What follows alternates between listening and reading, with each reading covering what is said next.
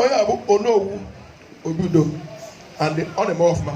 and ịga ndị nna God bless if you do ha shi eme ego ya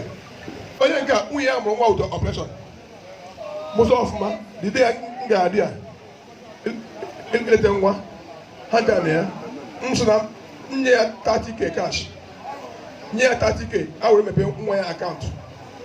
ọ beg ya send every month mana akwụ ego dị ya 33 years every month mana akwụ ego ya 33 years ihe na-eme n'ụwa mara gị eme ya dadị ịba na-ajụ abụ m Chineke nna ka m onye abụ mara kete so esi ya nkwụ ya ihe send elu Obido ma kwụ na so ego a ga-ebido from this month na mma akwụ ya every month 33 years ọ ga-aga m were ebegere were na nwa akaụntụ so dị akaụntụ obege ya 60k ka m spend edi ya ama m onye ọhụrụ ọma na Obido enwe m ike ịgaba na this world but ọnwụ na ya klọb nọ na-eme ọfụma ndị wee aghọrọ so m wee aghọ megere pịa gị ya 5 and 6 so dị nchekwa n'ebe a ọ na-eme ọfụma ọ larịgbọ and ọ na-eme ọfụma ọ badị ebe last year a na-eme election ọ badị ebe last year so this Obi of Ijegamo and onye fọmụrụ Obido so ha cha nọ under yawa and Obido fọmụrụ ọya anwụ ya ọtụ ya nwụọ so ọya bụ Obi Obido enweghị ga-ewu obibi again Obido tiri tupu kpọọ ya the next 120 years ewechọsie mwecha ọgwa onye ga-abụga the Obi because Obi enweghị expire Obi enweghị tenor so ọya Obi so unu ga-afụ Obi nke Ijorodo the day a na-eri ji ọ for 2 months na 2 months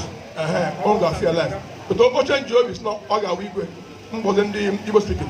anyị ga-achie ya eze eme ya igwe but those not Igbo Obi not under me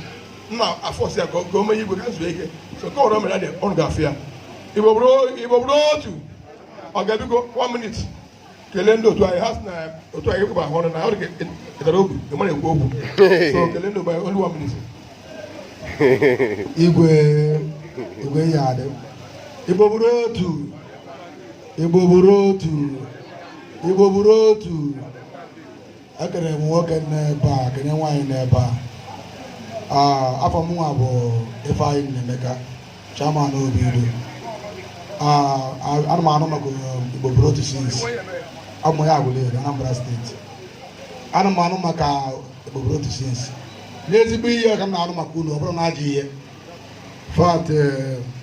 dide m batara ebe a n'ụlọ unu nwe ebe a unu nwagoro ebe a I'm so excited the way unu send me with one mind and one voice so my prayer bụ that na Nigeria Africa ga-anụ afọ unu so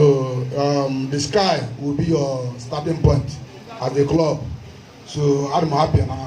I'm excited for ndị Igbo bụrụ otu Igbo arụmọgụ. Okay, ndị a na-eche abịago ndị lọọ gọọmenti abịago ma afụ vice chairman of lọọ gọọmenti biko konaga ọ ma afụ vice